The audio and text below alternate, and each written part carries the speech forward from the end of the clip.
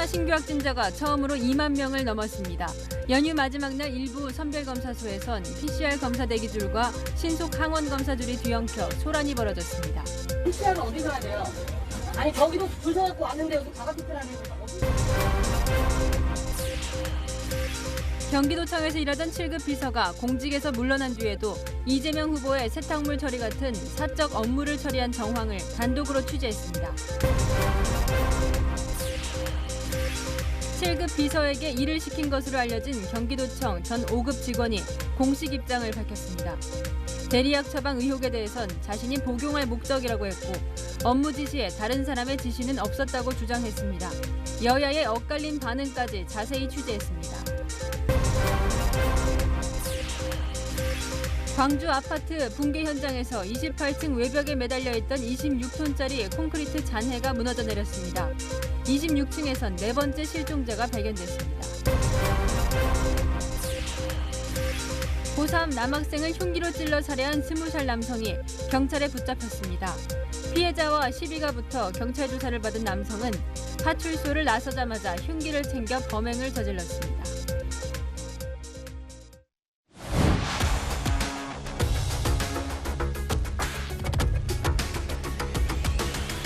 뉴스 시작합니다. 저는 동정민입니다. 자, 설 연휴 기간 논란이 됐었죠. 이재명 민주당 후보가 도지사 시절에 벌어졌던 이 배우자 김혜경 씨의 개인 의전 논란과 관련해서 김 씨가 처음으로 입장을 밝혔습니다. 이 내용은 다급해진 코로나 소식 하나 전해드린 직후에 집중 보도해드리겠습니다. 연휴 마지막 날 사상 처음으로 신규 확진자 2만 명을 넘어섰습니다. 내일부터는 선별진료소에서 아무나 PCR 검사를 받을 수도 없지요. 출근을 하루 앞두고 몰려든 시민들로 이 선별검사소에서는 한바탕 소란도 벌어졌습니다. 서상희 기자가 취재했습니다. 서울 월드컵 공원 임시 선별검사소.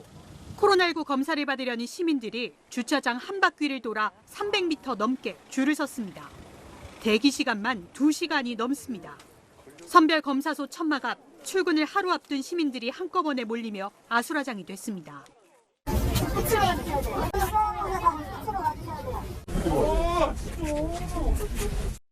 PCR 검사는 왼쪽, 자가검사 키트는 오른쪽으로 줄을 서야 하는데 현수막은 거꾸로 표시돼 있고 어느 줄에 서야 하는지 안내가 없었던 겁니다.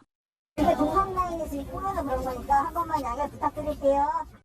강추위 속 1시간 넘게 기다린 시민들의 항의가 이어집니다. PCR은 어디서 해야 돼요? 아니 저기도 줄 서갖고 왔는데 여기 자가피트라는 거죠. 한 시간을 기다려왔는데 이게 뭐. 정부는 오미크론 환자 급증에 대비해 내일부터 60세 미만 건강한 사람의 PCR 검사를 제한합니다.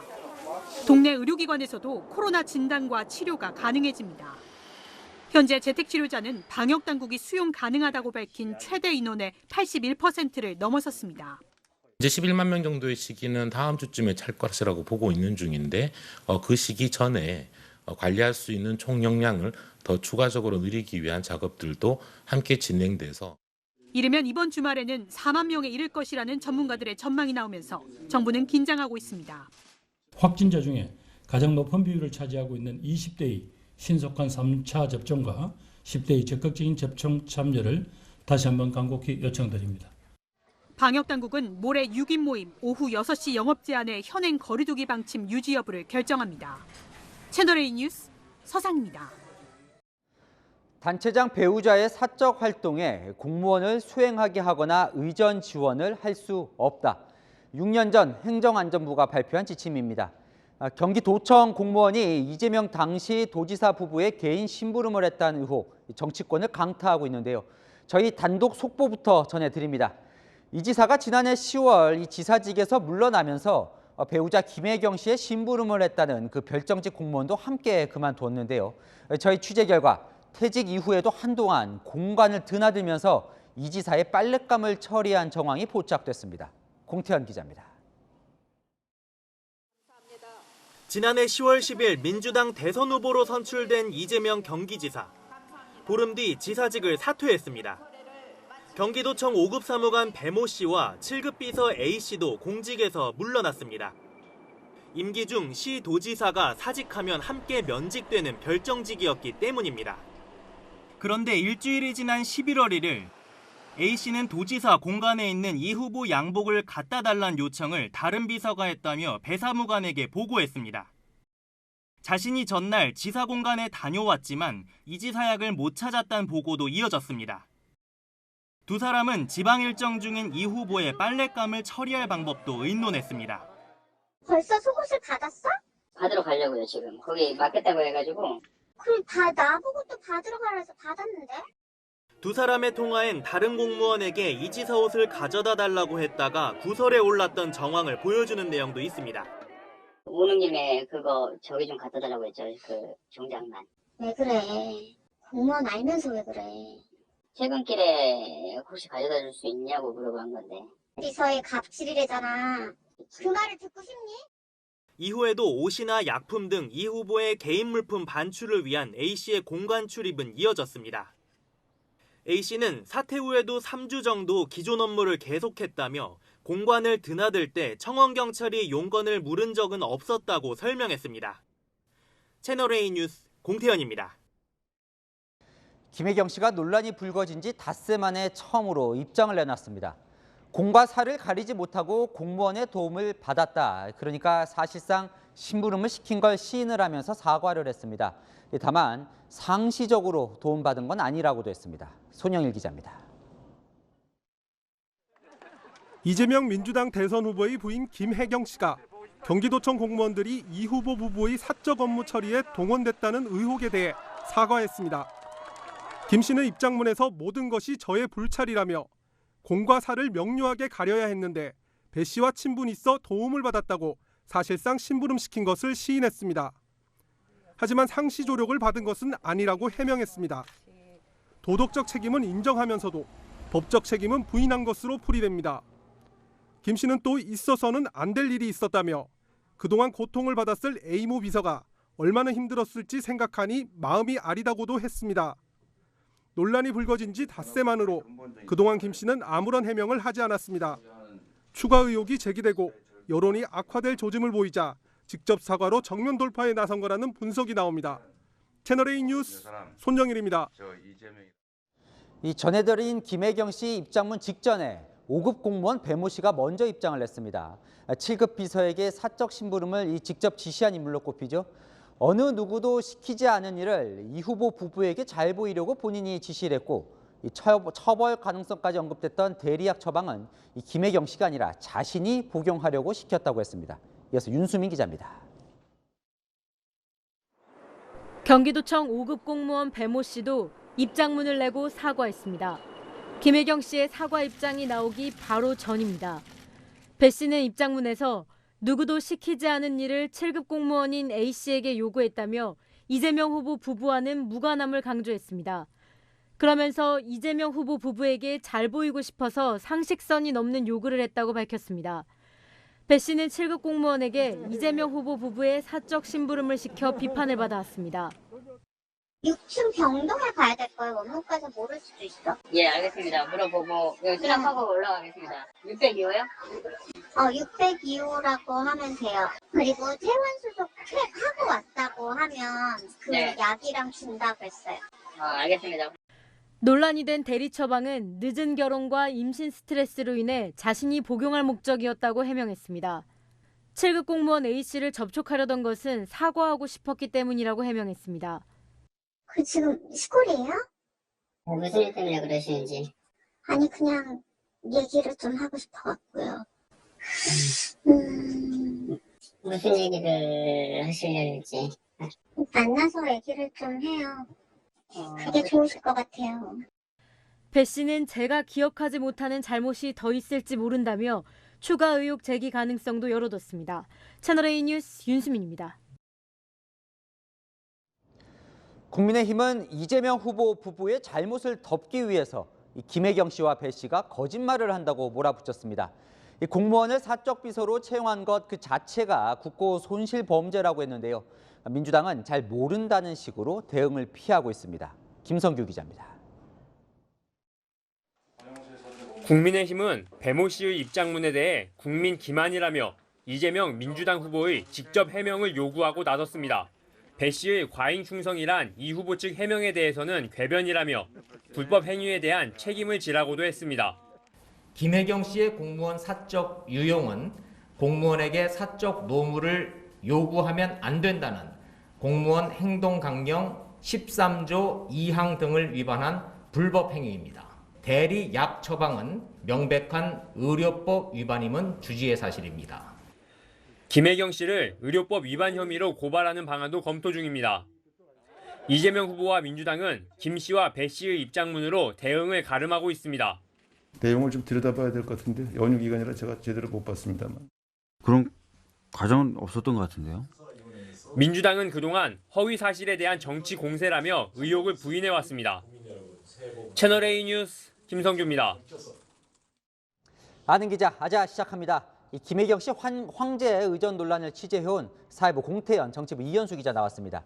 자, 이현수 기자에게 먼저 좀 물어볼게요. 자, 연휴 기간 내내 이 조용했던 이 5급 공무원 배 씨나 이 김혜경 씨 한 2시간 전쯤인가 공교롭게도 약속이나 한 듯 사과 입장을 냈습니다. 네, 배 씨 입장문이 오후 5시 20분에 나왔고요. 정확히 40분 뒤에 김혜경 씨의 입장문이 공지됐습니다. 오늘 갑자기 시간차를 두고 조금은 일사불란해 보이게 입장을 낸 건데요. 민주당 선대위 관계자에 따르면 배 씨가 오늘 입장문에 밝힌 내용을 이 후보 측에 털어놨기 때문이란 겁니다. 오늘 배 씨가 A 씨에게 지시한 것들을 시인을 했고 이 후보 측은 내부 논의 끝에 입장문을 내기로 했다는 겁니다. 내일 4자 TV토론도 예정이 되어 있고요. 선대위 내에서는 해당 논란이 계속 이어지는 건 긍정적이지 않다고 판단해 연휴가 끝나기 전에 털고 가겠다 이렇게 판단을 한 것으로 보입니다. 근데 이제 김혜경 씨의 첫 번째 입장문이 나온 건데 그 내용을 보면요. 이 사적 심부름을 시킨 것을 시인한 것처럼 보입니다. 맞습니까? 네, 표현을 좀 봐야 될 것 같은데요. 친분이 있어서 도움을 받았지만 상시 조력을 받은 건 아니다 이렇게 표현을 했습니다. 상시 조력은 아니었다라는 표현을 쓴 것 자체가 일부 도움을 받은 건 인정을 하면서도 여지를 열어둔 것으로 해석됩니다. 자, 공태영 기자, 이 배 씨 입장문을 보면, 그러니까 본인이 잘 보이려고 한 거지 이재명 후보 이 부부가 뭐 지시를 한 거다 이런 건 아니다라는 건데요. 자, 시청자 질문이 들어왔는데 이거 비슷한 내용이에요. 자, 김혜경 씨가 이 시켰다는 그 사적 심부름을 시켰다는 증거가 있냐는 질문이 들어왔습니다. 네, 7급 공무원 A 씨는 김혜경 씨에게 직접 지시를 받은 적은 없다고 했습니다. 하지만 김 씨가 자신이 한 일을 몰랐을 리 없다고 주장하고 있는데요. 네, 우선 김혜경 씨도 도움을 받은 것은 인정을 했지만 직접 시켰다 이런 내용은 없습니다. 도덕적으로 책임을 느낀다 이 정도 수준이었습니다. 네, 이 공 기자가 사실 이제 김혜경 씨의 이 개인 심부름을 했다는 이 경기도청 공무원이 계속 지금 취재를 해왔는데요. 처음에 이 공무원은 어떻게 이 일을 맡게 된 건가요? 네, 경기도청 7급 공무원이었던 A 씨는 원래 성남시 산하기관에서 의전 업무를 담당했는데요. 지난해 3월 경기도청 비서실의 별정직 공무원으로 채용됐습니다. A 씨는 이후로 도청 소속 5급 별정직 사무관 배모 씨와 SNS 대화방이 만들어졌고 김혜경 씨 관련 사적 업무에 대한 지시가 시작됐다고 말하고 있습니다. 네, 그런데 지금 그 A 씨는 사실 이제 경기도청 비서실이라고 했는데 지시를 내린 그 배모 씨는 총무과 소속이던데요. 네, 경기도청에 따르면 배 씨는 총무과 소속으로 원래는 국회 등 대외의전을 주 업무로 해왔는데요. 배 씨는 이재명 후보가 성남시장일 때도 같이 일했던 걸로 알려졌죠. 지난 2016년 배 씨의 결혼식엔 이재명 당시 성남시장과 김혜경 씨가 함께 참석해 함께 찍은 사진도 있습니다. 또 각별해 보이는데, 자 이제 김혜경 씨는 자기는 이제 상시 조력은 받지 않았다고 얘기를 하고 있는데, 자 제보자는 얼마나 이 김혜경 씨 지원하는 일을 했다고 합니까? 네, A 씨는 자신의 하루 일과가 대다수가 김혜경 씨의 개인적 용무를 지원하는 것이었다고 했습니다. 김 씨가 분당 서울대병원에서 용무를 봤을 때 타고 갈 차를 준비해 놓거나 이 후보 부부의 아들 병원 퇴원 수속도 대신 맡아 처리했는데요. 당시 배 씨와 A 씨의 통화 내용 잠시 들어보시죠. 6층 병동에 가야 될 거예요. 원무과에서 모를 수도 있어. 예, 알겠습니다. 물어보고 수락하고 올라가겠습니다. 602호요? 602호라고 하면 돼요. 그리고 퇴원 수속 하고 왔다고 하면 그 약이랑 준다고 했어요. 알겠습니다. 네, A씨는 김혜경 씨의 병원 방문 출입증 발급 목적으로 문진표를 대리 작성하고 김 씨가 좋아하는 음식을 식당에서 포장해 집으로 가지고 오는 일도 했다고 했습니다. 네, 사실 뭐 단체장 이 배우자 의전하는 건 규정도 없다고는 하는데 이 의전이라고 해도 그 수준이 좀 도를 지나쳤다 이런 지적들이 많던데요. 네, A씨는 상사인 배 씨에게 수시로 질책도 받았는데요. 병원을 다녀온 김혜경 씨 의전을 제대로 못했다며 충성심 부족을 지적하기도 했습니다. 기본적으로 윗사람에 대한 충성심이 없다라고 내가 계속 얘기하잖아. 네. 우리가 출발하기 전에 그냥 앞으로 가버리잖아. 네. 그 되게 성의 없어 보여. 알겠습니다. 눈치를 봐야지 우리 차를. 안 보이는 대로 꺼내줘야지.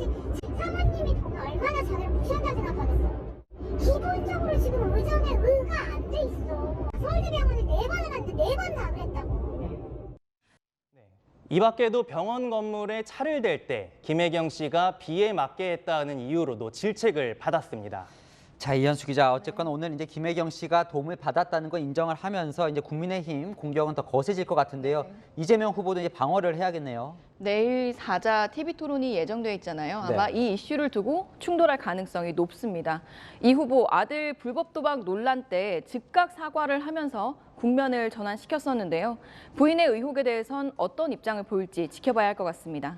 네, 여기까지 듣겠습니다. 지금까지 이현수, 공태현 기자였습니다.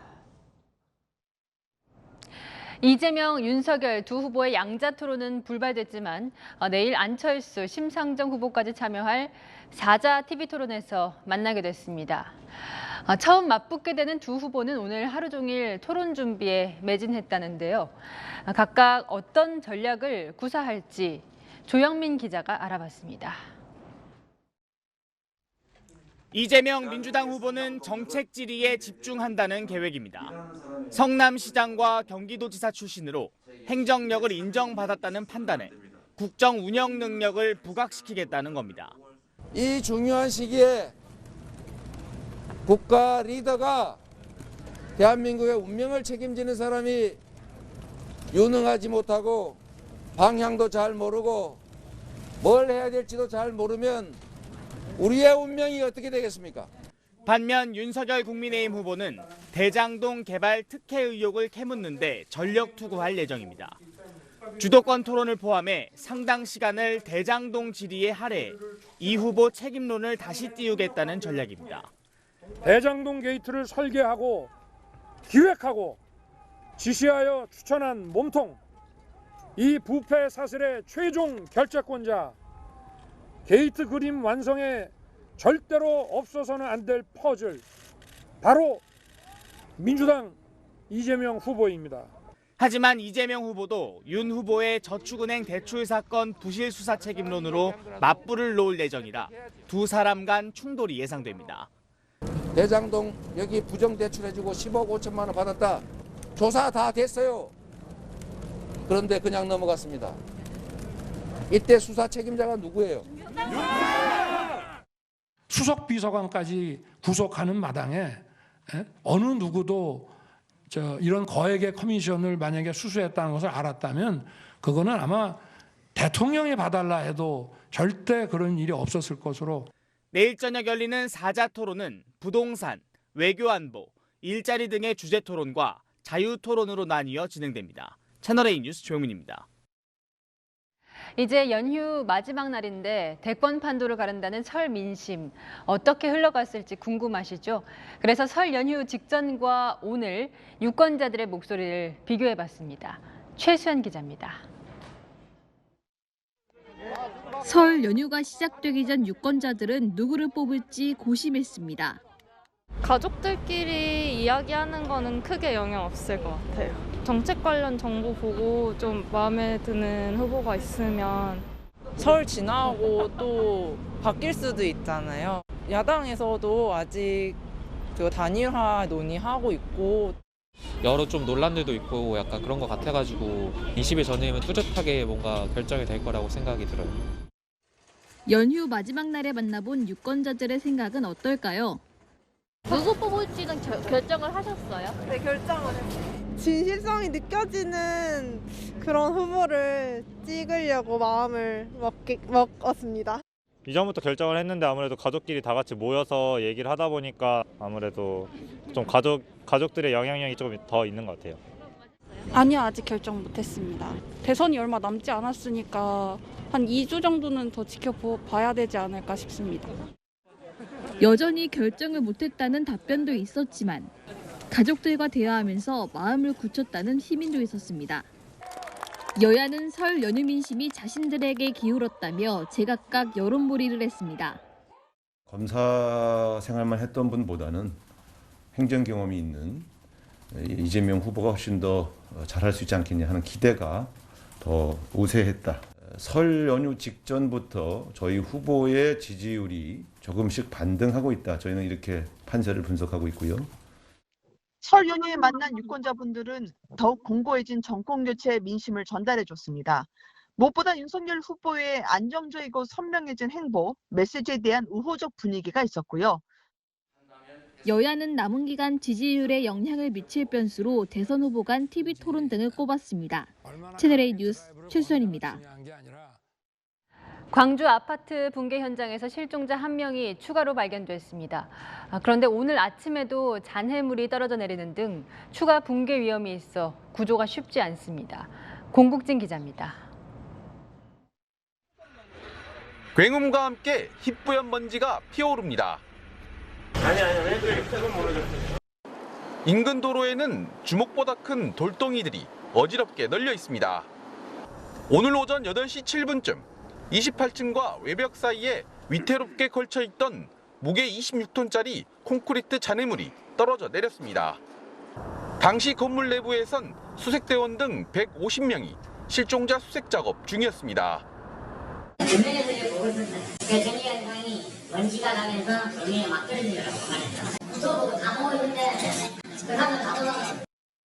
다행히 사이렌이 울리면서 황급히 대피해 인명 피해는 없었습니다. 갑자기 우르릉 쾅 하더니 또 쾅쾅 하면서 그 먼지가 그 잔해물하고 쏙 쏟아지더니 무의식 중에 안쪽 복도로 튀어나왔죠. 구조당국은 붕괴에 대비해 쇠줄 30가닥으로 잔해물을 건물과 고정하고 바닥에는 충격 흡수용 모래를 쌓아둔 상태였습니다. 콘크리트 덩어리는 22층에 위태롭게 걸쳐 있는데요. 추가 붕괴 우려도 커지고 있습니다. 실종자 가족들은 지난달 11일 최초 붕괴 장면이 떠올라 가슴을 쓸어 내렸습니다. 건물 붕괴됐을 때 그 소리도 비슷했었고 또 그 모습도 너무 비슷해서 제가 솔직히 상당히 많이 놀랬고. 추가 붕괴 우려로 실종자 수습과 수색이 전면 중단된 가운데 수색당국은 어제 26층 2호 라인 함몰된 거실 바닥 부분에서 실종자 1명을 추가로 발견했습니다. 채널A 뉴스 공진입니다. 경기 양주의 채석장 사고 현장에서도 조금 전 실종자 1명이 추가로 발견됐습니다. 소방당국은 일단 이 실종자를 병원으로 이송할 계획입니다. 양주 사고는 이렇게 사고 발생 나흘 만에 실종자 3명이 모두 발견됐습니다. 성혜란 기자입니다. 양주 채석장 붕괴 사고 현장에서 수색 작업을 이어온 소방당국은 마지막 실종자였던 50대 천공기 기사 정모 씨를 발견했습니다. 소방당국은 토사 붕괴 지점 아래쪽에 매몰돼 있던 정 씨를 발견해 병원으로 이송할 계획입니다. 소방당국은 어제 저녁과 오늘 새벽 집안에 구멍을 뚫는 기계인 천공기의 잔해를 잇따라 발견했습니다. 소방당국은 이 중 한 대의 천공기 잔해가 실종자 정모 씨의 것으로 확인했습니다.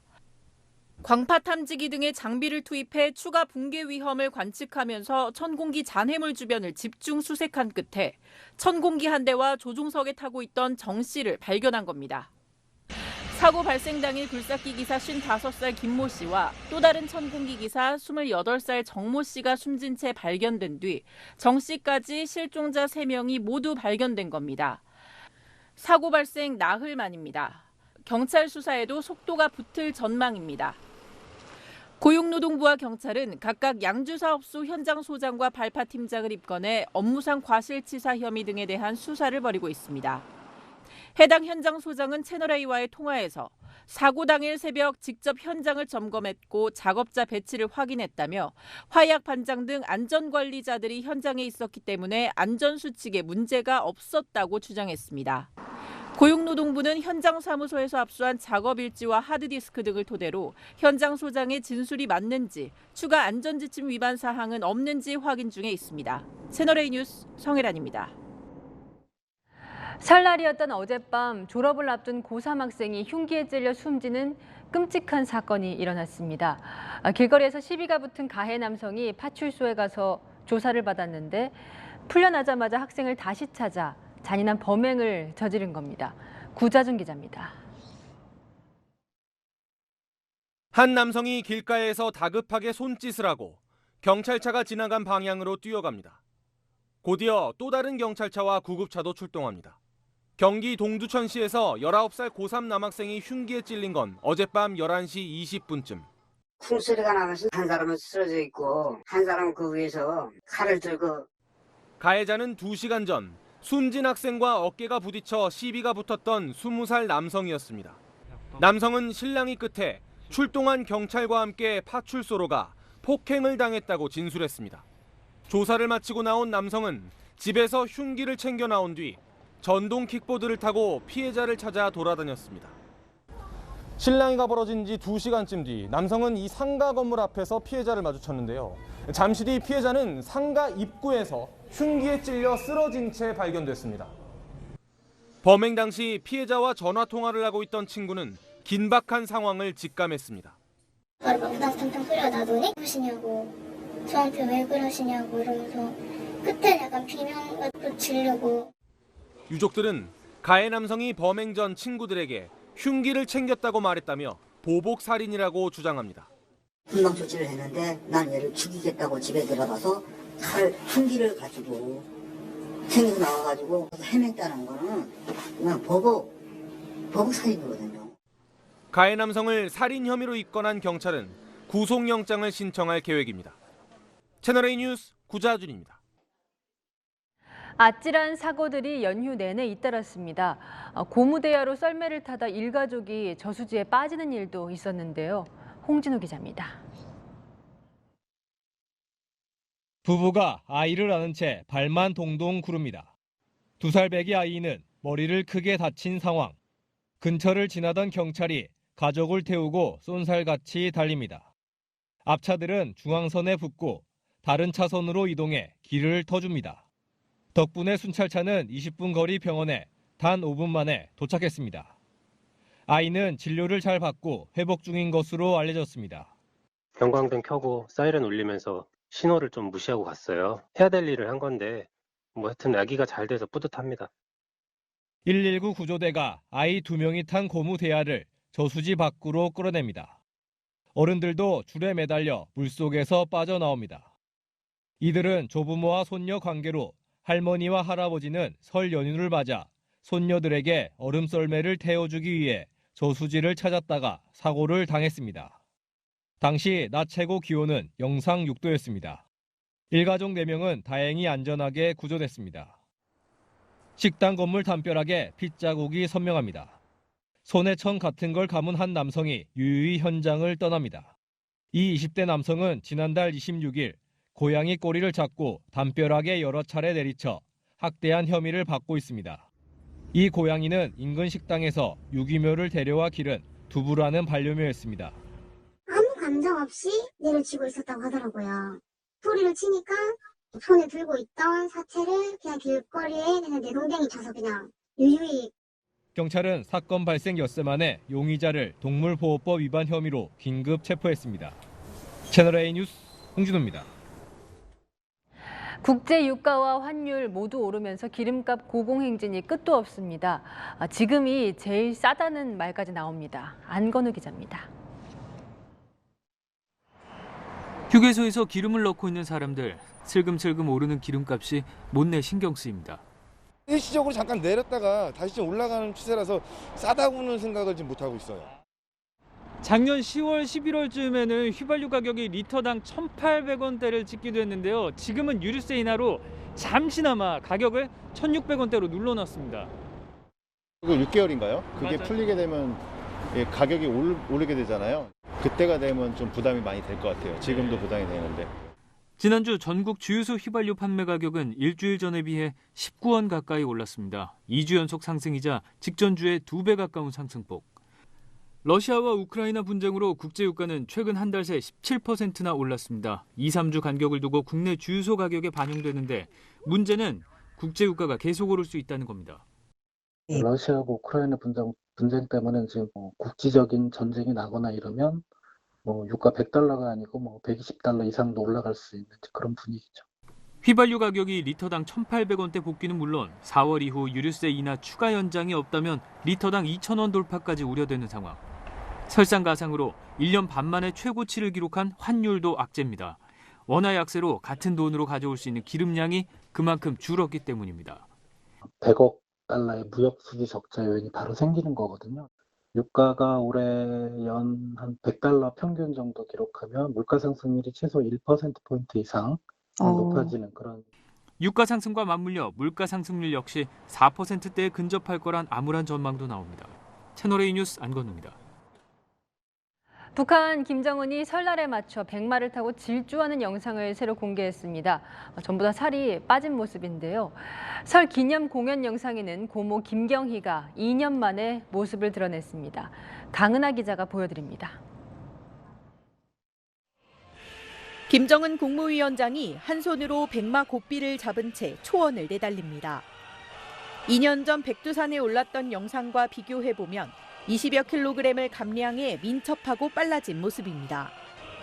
북한에서 백마는 백두혈통을 상징해 김씨 일가의 우상화 수단으로 활용됩니다. 청룡성지의 메아리 치는 철준마의 말발급소리, 온 나라에 울려주시는 백두교정의 장엄한 정소리.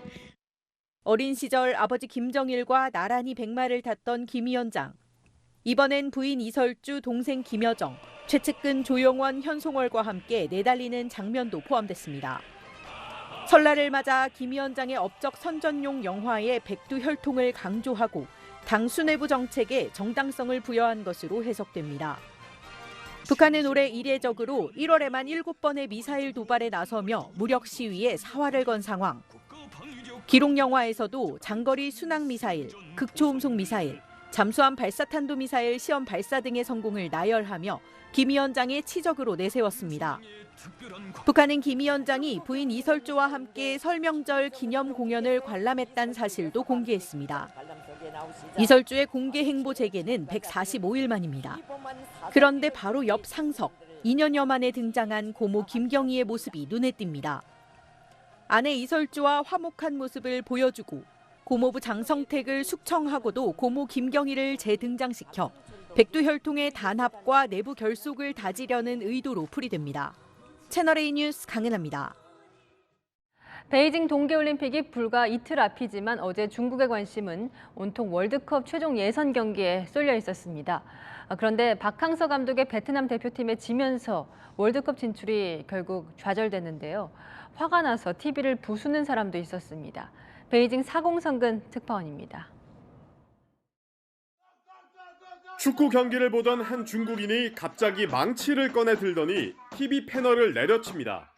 구석구석까지 부수고도 화가 덜 풀린 듯 벽걸이 TV를 떼어내 거실 바닥에 집어던지고 발로 부숩니다. 어제 베트남 하노이에서 열린 카타르 월드컵 아시아 최종 예선에서 박항서 감독이 이끄는 베트남에 1대3으로 패한 중국. 월드컵 본선 진출이 좌절되자 팬들의 원성이 쏟아졌습니다. 对得起我们吗？退钱。我觉得中国队他现在正在往倒数第一发展。 중국 축구대표팀의 패배 소식은 오늘 하루 중국 내 SNS에서 7억 회가 넘는 조회수를 기록하며 베이징 동계올림픽보다 더 주목받았습니다. 시진핑 국가주석이 2030년 월드컵 유치와 월드컵 우승을 목표로 내걸었지만 현실은 2002년 한일 월드컵 이후 단 한 번도 월드컵 본선 무대를 밟지 못하고 있다는 겁니다. 관영 매체 인민일보마저 져서는 안 되는 경기를 졌다며 질책할 정도입니다. 반면 최종 예선에서 7패 끝에 첫 승을 거둔 베트남은 축제 분위기입니다. 선명적인 설날 중국과의 경기에서 동남아시아 처음으로 최종 예선에 첫 승을 거둔 선점 3점을 확보했다는 것에 대해서 진심으로 감사드립니다. 판민진 베트남 총리는 승리를 이끈 박 감독과 선수들에게 세뱃돈을 건네기도 했습니다. 베이징에서 채널A 뉴스 사공성근입니다.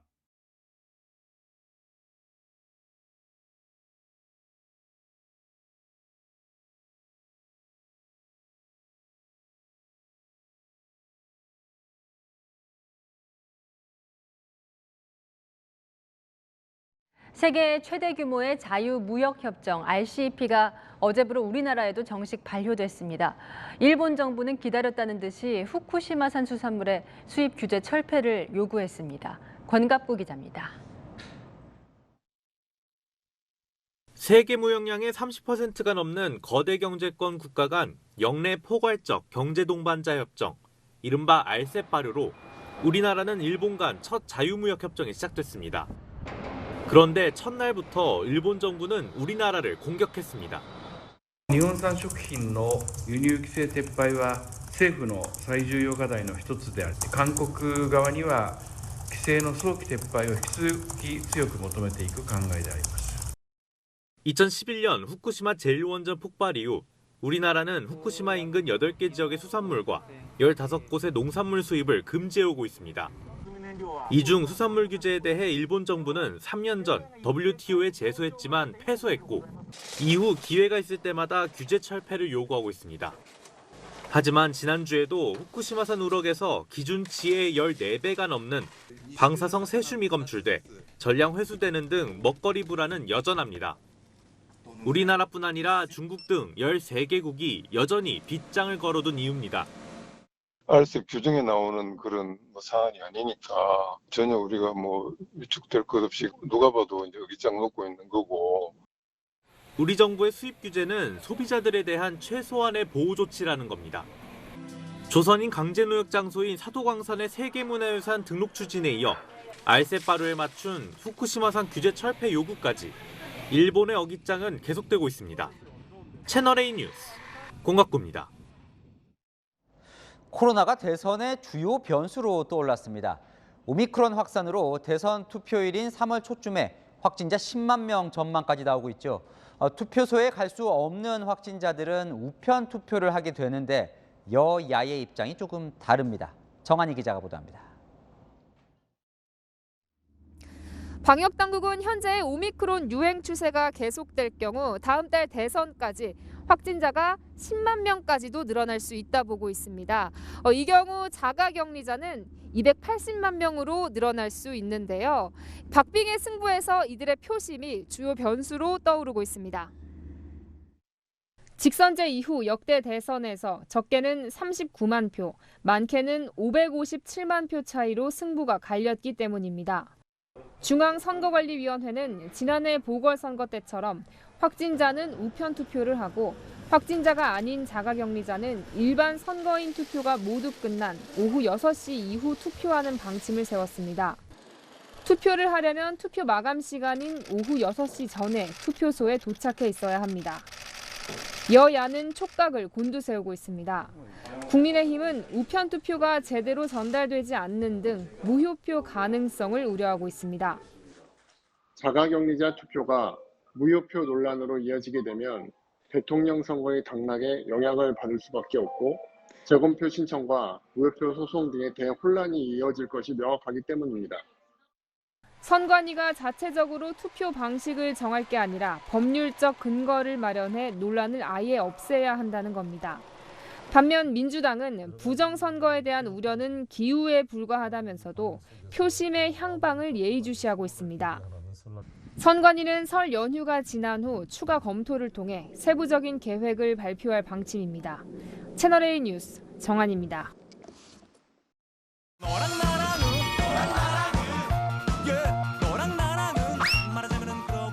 여랑야랑 정치부 김민지 기자와 함께합니다. 첫 번째 주제 보겠습니다.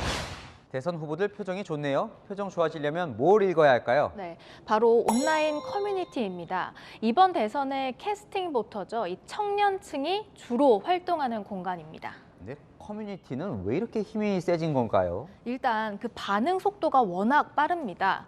윤석열 후보의 우호적인 한 커뮤니티인데요. 오늘 오전 공약이 발표되자마자 몇 분 만에 이렇게 홍보 게시글이 뜨죠.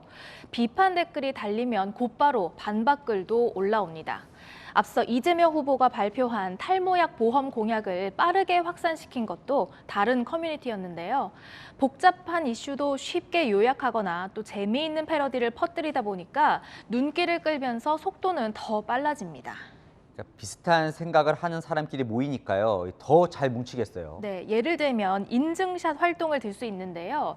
여론조사 참여를 독려하고 또 참여 인증샷을 공유한 사례가 대표적입니다. 자, 보면 아버지 어머니를 설득했다, 부모님 꼬시기 이런 글들도 보이네요. 네, 의견이 다른 가족들을 설득하는 법을 올린 건데요. 상대 후보를 찍으면 자식이 힘들어진다라는 말이 효과가 있다거나 부동산 얘기를 하면 끝난다라는 식입니다.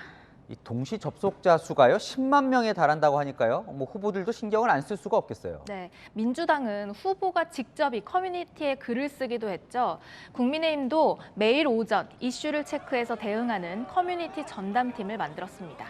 네, 다음 주제 보겠습니다. 사라진 세 글자, 뭘까요? 네, 윤석열 후보의 발언에서요. 문재인 대통령 이름 석자가 사라졌습니다. 직접 보시죠. 문재인 정권은 국민들의 기대와 여망으로 출범했습니다. 그런데 그동안 어땠습니까? 문재인 정권의 소득주도 성장과 부동산 폭등은 재산 약탈입니다.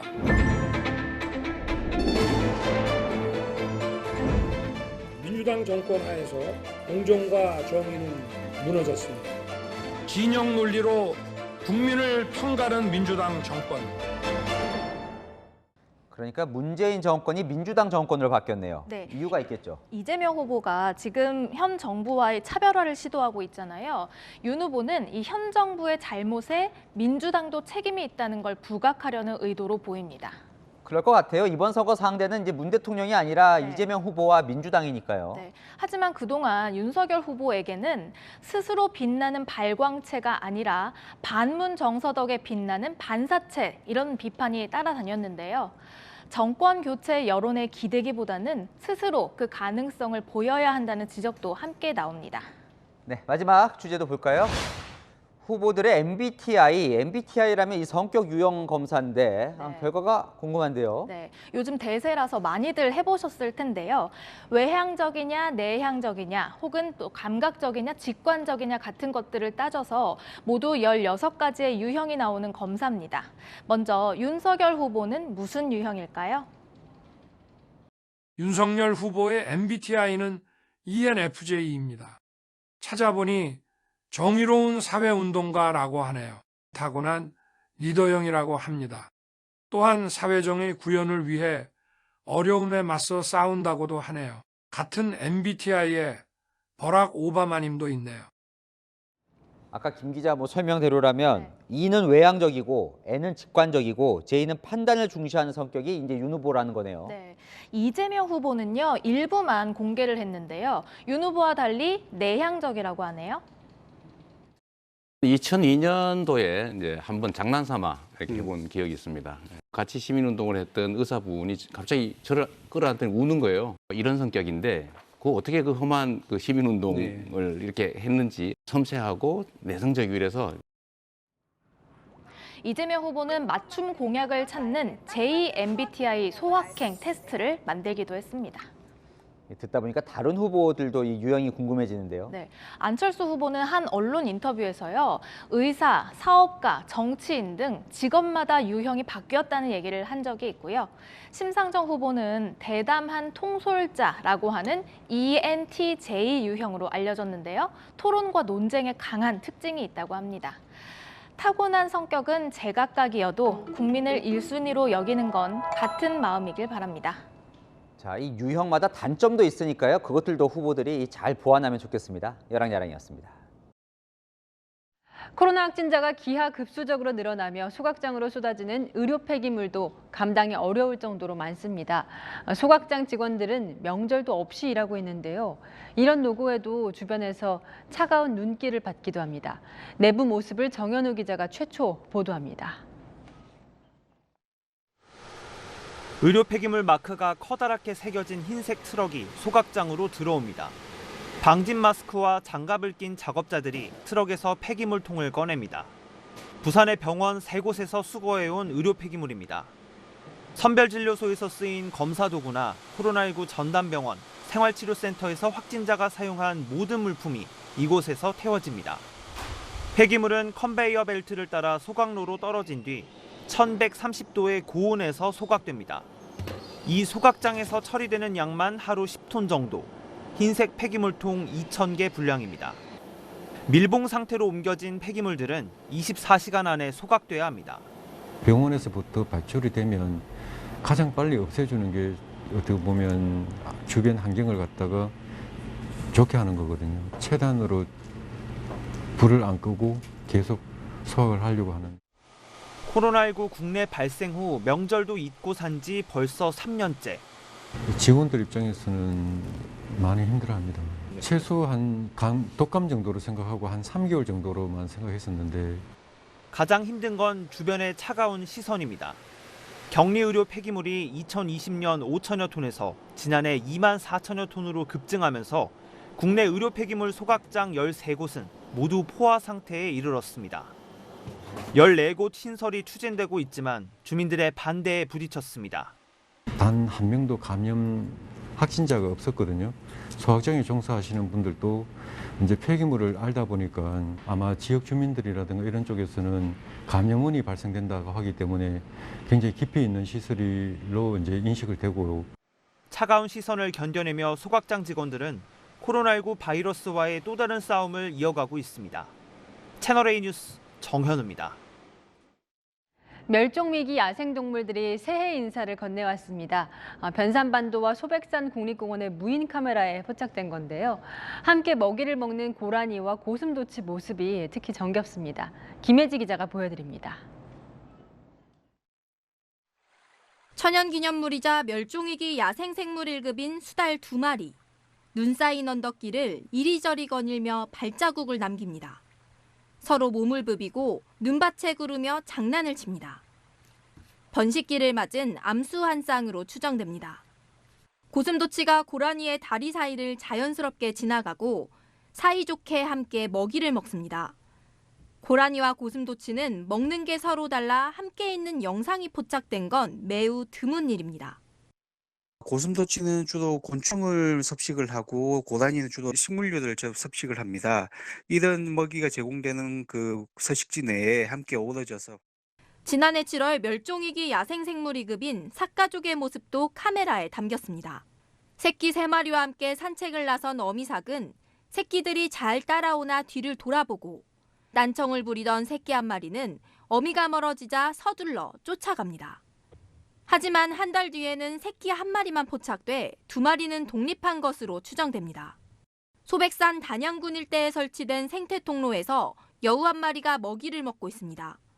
여우는 멸종위기 야생생물 1급으로 이번에 포착된 여우는 길이 1m, 몸무게 약 5kg으로 추정됩니다.